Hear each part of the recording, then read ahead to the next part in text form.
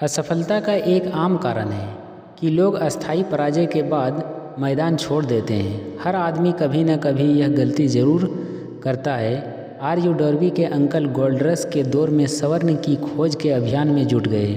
वे खुदाई करने और अमीर बनने के लिए पश्चिम दिशा में गए। वह नहीं जानते थे कि धरती के नीचे जितना सोना छुपा है उससे कहीं ज़्यादा सोना इंसानों के विचारों में छुपा है।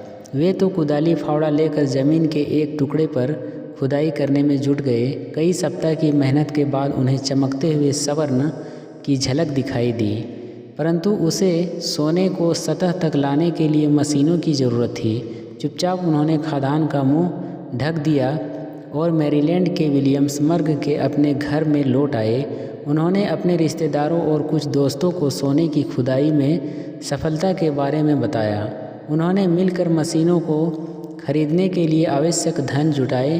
अंकल और डॉर्बी खदान पर काम शुरू करने के लिए वापस लौटे। कच्ची धातु की पहली खेप को स्मेल्टर तक पहुंचाया गया। वहां यह पता चला कि उनकी खदान कोलोराडो की सबसे बढ़िया खदान थी। कच्ची धातु की कुछ खेपों में ही उनके सारे कर्ज उतर जाते।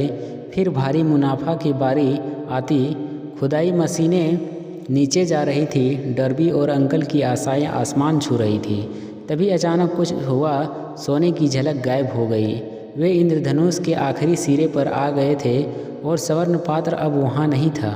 वे खोदते रहे इस आशा में कि एक बार फिर सोने की झलक दिख जाए, परंतु उन्होंने इस काम से हार मान ली। आखिरकार उन्होंने मैदान छोड़ने का फैसला कर लिया। उन्होंने एक कबाड़ी को मशीनें कौड़ियों की मोल बेच दी और वे ट्रेन पकड़कर घर वापस लौट आए। कबाड़ी ने एक माइनिंग इंजीनियरिंग को बुलवाकर खदान का इंस्पेक्शन करवाया।